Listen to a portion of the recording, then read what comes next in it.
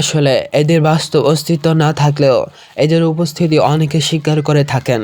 শয়তানের সাথে নিজের আত্মার বিনিময় করা চুক্তি, যার ফলে সে এই জীবনে যা চায় তাই পায়, কিন্তু নির্দিষ্ট সময় পরে মৃত্যুবরণ করে, আর মৃত্যুর পর তার আত্মা শয়তানের অধীনে চলে যায়। এর সাথে জড়িয়ে আছে বিশ্বের সব থেকে নামকরা কোম্পানি আর সব থেকে নামকরা তারকারা। এরা একটি নির্দিষ্ট সিক্রেট গ্রুপের মাধ্যমে তাদের কার্যাবলী সম্পাদনা করে। এই গ্রুপটি ইলুমিনাতি নামেও পরিচিত। এই গ্রুপটি তাদের প্রভুর শয়তান অর্থাৎ লুসিফার নিকট হতে নির্দেশনা পান। এদের উদ্দেশ্য হল পৃথিবীতে বিরাজিত সকল ধর্মীয় অনুশাসন ভেঙে সমগ্র পৃথিবীর মানুষকে তাদের তৈরি এক নতুন বিশ্ব ব্যবস্থার সাথে পরিচয় করিয়ে দেওয়া, যেমন সমকামিতা, যৌনতা, ব্যক্তি স্বাধীনতা, আত্মহত্যাকে বৈধতা দান, উন্মুক্ত সংস্কৃতির প্রসার, তথাকথিত গণতন্ত্র, অবাধ দৈহিক সম্পর্ক, নতুন ব্যাংকিং ব্যবস্থা যা ধর্মীয় স্বীকৃত নয়। এসব কিছুর মাধ্যমে মানুষকে সৃষ্টিকর্তার পথ থেকে বিস্মৃত করাই এদের লক্ষ্য উদ্দেশ্য। শয়তানের নির্দেশনা অনুসারে এসব কিছুর মাধ্যমে পৃথিবীতে এমন ব্যবস্থা বা অবস্থা তৈরি করা যাতে পৃথিবীতে তার ঘৃণা অর্থেও রাজত্ব ও প্রভুত্ব কায়েম হয়। তাদের ভাষায় সার্বজনীন ন্যায় ও সাম্যের পৃথিবী প্রতিষ্ঠিত হয়। কি নবী হযরত মুহাম্মদ সাল্লাল্লাহু আলাইহি ওয়াসাল্লামের সেই ভবিষ্যৎবাণী এক চোখা কানা দাজ্জালের কথা মনে ভেসে ওঠে না? কনস্পিরেসি থিওরি ডেভিড আইক এর মতে এইসব গ্রুপগুলো একটি নির্দিষ্ট এলিট দ্বারা নিয়ন্ত্রিত হয়। সংগঠনগুলো নিয়ন্ত্রণ কাঠামো বা স্ট্রাকচার নিয়ন্ত্রিত হয় অল্প সংখ্যক কিছু মানুষ দ্বারা। We're at the cusp of a complete transformation, a great reset in which AI dictates everything. Then the question comes, who's going to be controlling the AI? Prime Minister after Prime Minister has been a Sabbatean. Well, how the Sabbateans work, they present themselves as one of you. They manipulate themselves to positions of power and they run the show, but the population look at them and think that they're being run by their own people. What I call this global cult, global network of secret societies with its interlocking leadership. It don't care what you believe so long as you believe it rigidly and without question.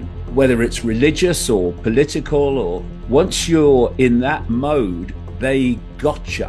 Mayer Amstel Rothschild and another guy called Adam Weishaupt together created the Bavarian Illuminati. The Rockefellers created the World Health Organization because what they wanted to do was put control of global health under one roof. COVID, I rest my case.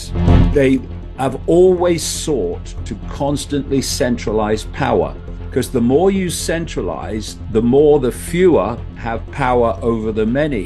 That's why in the end they want a world government, not elected but selected, called a technocracy. Elon Musk's grandfather was all for, and a lot of things happening now can be explained by that whole technocracy agenda. I started to see as the 90s unfolded that so many of these inner circle cultists, they were taking part in satanic ritual, like human sacrifice ritual, very much involved in the pedophilia and pedophile networks. What's going on here? What's all this about? এটা অনেকটা web বা জালের মতো, যেখানে সংগঠনগুলো তাদের নির্ধারিত স্থানে অবস্থান করে। ইলুমিনাতি হলো কিছু সংগঠন ধারা ঐতিহাসিক ও আধুনিক এবং বাস্তব এবং কাল্পনিক উভয়ই। বর্তমানে আমরা চোখের সামনে যে বিশ্ব দেখছি, এর পিছনে একটি ইলুমিনাতি বিগত শত শত বছর ধরে কাজ করে গেছে, এবং ভবিষ্যতে কি ঘটবে সেটাও তাদের বর্তমান বা নিকট অতীত সিদ্ধান্ত বা কাজের উপর নির্ভর করছে। বর্তমান বিশ্বে খুবই বিখ্যাত এবং অতি পরিচিত কিছু মুখ এই সিক্রেট সোসাইটিগুলোর সাথে জড়িত। তথাকথিত আছে যে ইসরায়েল, যুক্তরাষ্ট্র, ইউরোপের বেশ রাষ্ট্রপ্রধানগণ সহ নীতি নির্ধারণগণ এই সকল সংগঠনের সদস্য। গবেষকগণ যারা এই বিষয় নিয়ে গবেষণা করেন তাদের মতে মার্কিন প্রেসিডেন্ট বারাক ওবামা এবং হিলারি ক্লিন্টন এই সিক্রেট গ্রুপের সদস্য। লক্ষ্য করার বিষয় যে তাদের কর্মকাণ্ড বা ব্যবহৃত চিহ্ন বা সাইন সিম্বলগুলো মিশরীয় বা ব্যাবিলন তথা প্রাচীন সরকার ব্যবহৃত চিহ্ন বা সিম্বলগুলোর অনুরূপ। এটি একটি শক্ত হাতের অবাধ কারসাজি যা সেই সুদূর প্রাচীনকাল থেকে বর্তমান সময় পর্যন্ত চলে আসছে। ইলুমিনাতির উদ্দেশ্য। এদের প্রধান উদ্দেশ্য হলো ওয়ান ওয়ার্ল্ড অর্ডার, অর্থাৎ নতুন বিশ্ব ব্যবস্থা কায়েম করা, অর্থাৎ শুধুমাত্র তাদের সিদ্ধান্তই যেন পৃথিবীতে চলে। আর এটি বাস্তবায়ন করার জন্য তারা ইতিমধ্যে অনেক রাজনৈতিক বিষয়ে হস্তক্ষেপ করেছে। ধারণা করা হয় অনেক প্রেসিডেন্ট ক্ষমতায় এসেছেন শুধুমাত্র ইলুমিনাতির সহায়তায়, আর ইলুমিনাতি তাদের হাতের পুতুলের মতো ব্যবহার করে। এইও ধারণা করা হয় অনেক রাজনৈতিক হত্যাকাণ্ড এই কর্মকাণ্ডের পিছনে রয়েছে। ইলুমিনাতির ইতিহাস।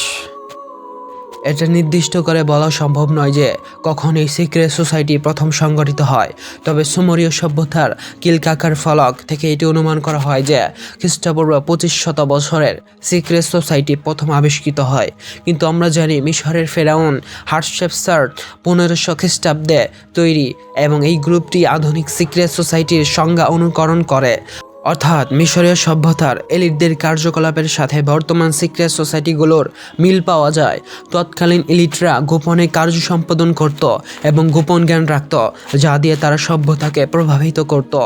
তারাই অন্যান্য সব নিদর্শন তৈরি করেছিল, যার অন্যতম হলো মিশরের পিরামিড। অনেকের ধারণা পিরামিড তৎকালীন কোনো মানুষের দ্বারা নির্মাণ সম্ভব ছিল না, যার স্থাপত্যশৈলী এবং খুঁটিনাটি বিষয় বিংশ শতাব্দীর বিজ্ঞানীদের অবাক করে। এছাড়াও পিরামিডের ভেতরে অনেক স্থানই মানুষ আজ পর্যন্ত আবিষ্কার করতে সক্ষম হয়নি।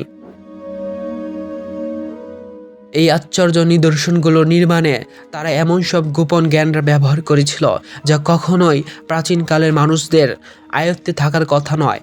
তৎকালীন এলিটরা এই তথ্য বা জ্ঞানগুলো গোপন রাখার রহস্য এই যে এই জ্ঞান মানুষের ক্ষমতা বাড়িয়ে দিতে পারে, এবং এই অভিপ্রায় কখনো এলিটদের ছিল না। খ্রিস্টাব্দ প্রথম সহস্রাব্দের শেষের দিকে ফরাসি সমর্থনগণের ফ্রান্স সেক্রেটারিস ধারা 9 সদস্যের ছোট একটি দল বা গ্রুপ সংগঠিত হয় নাইটস টেম্পলার নামে। তাদের অফিসিয়াল ব্যাখ্যা ছিল তীর্থযাত্রীদের তাদের পূর্ণভূমি ভ্রমণে বাধা প্রদানের জন্যই গ্রুপটি সংগঠিত হয়েছে। তারা ফিলিস্তিনে জেরুজালেম পৌঁছায় এবং সেখানে 9 বছর অবস্থান করে। তারা সেখানে কিছু একটা অনুসন্ধান করছিল এবং মনে হয় তারা সেটিও পেয়ে গিয়েছিল, এবং খুব দ্রুতই অবস্থার পরিবর্তন হতে থাকে। 9 সদস্যের একটি ছোট গ্রুপটি ক্রমান্বয়ে ব্যাপক বিস্তৃতি লাভ করে। নাইট টেম্পলার কী পেয়েছিল তার রহস্যই থেকে যায়। ধারণা করা হয় এটি ছিল হোলি গ্রেল ডিশ প্লেট বা কাপ, যা খ্রিস্ট তার সর্বশেষ নৈশস্য বুঝে ব্যবহার করেছিলেন, এবং ক্রসবিদ্ধ খ্রিস্টের ঝরে পড়া রক্ত এতে ধরে রাখা হয়েছিল। ধারণা করা হয় হোলি গ্রেল ছিল অলৌকিক ক্ষমতার অধিকারী, যা আয়ত্ত করে নাইট টেম্পলার রাতারাতি ইউরোপের সবচেয়ে প্রভাবশালী সংগঠনে পরিণত হয়।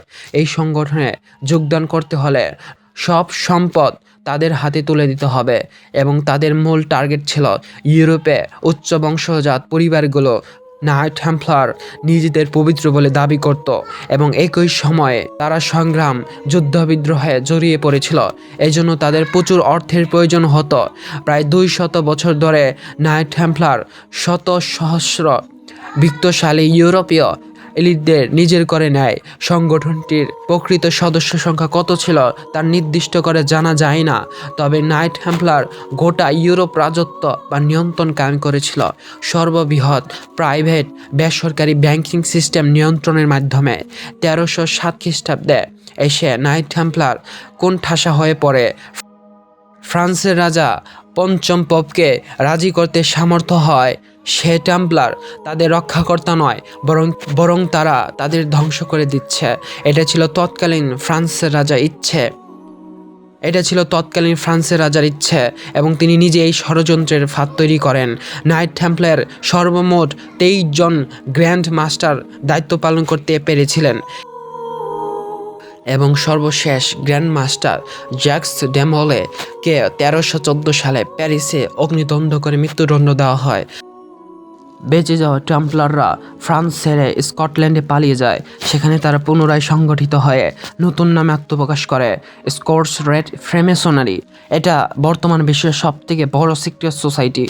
টেম্পলারগণ তাদের গোপন জ্ঞান দিয়ে আমেরিকায় আত্মপ্রকাশ ঘটায় নতুন সংগঠনের ফ্রিমেসনারি। যদিও আধুনিক ফ্রিমেসনারি দাবি করে তাদের সাথে নাইট টেম্পলারের কোনো সম্পর্ক নেই, ভয়, ভীতি, জল্পনা কল্পনা, ফটকবাজিতা, ষড়যন্ত্র ইত্যাদি দিক থেকে ফ্রিমেসনারি হলো সকল গোপন তথ্য বা জ্ঞানের সংযোগ ক্ষেত্র। সেই গোপন জ্ঞান তারা প্রাচীন যুগ থেকে শুরু করে বর্তমান সিক্রেট সোসাইটির মধ্যে ধারণ করে আছে।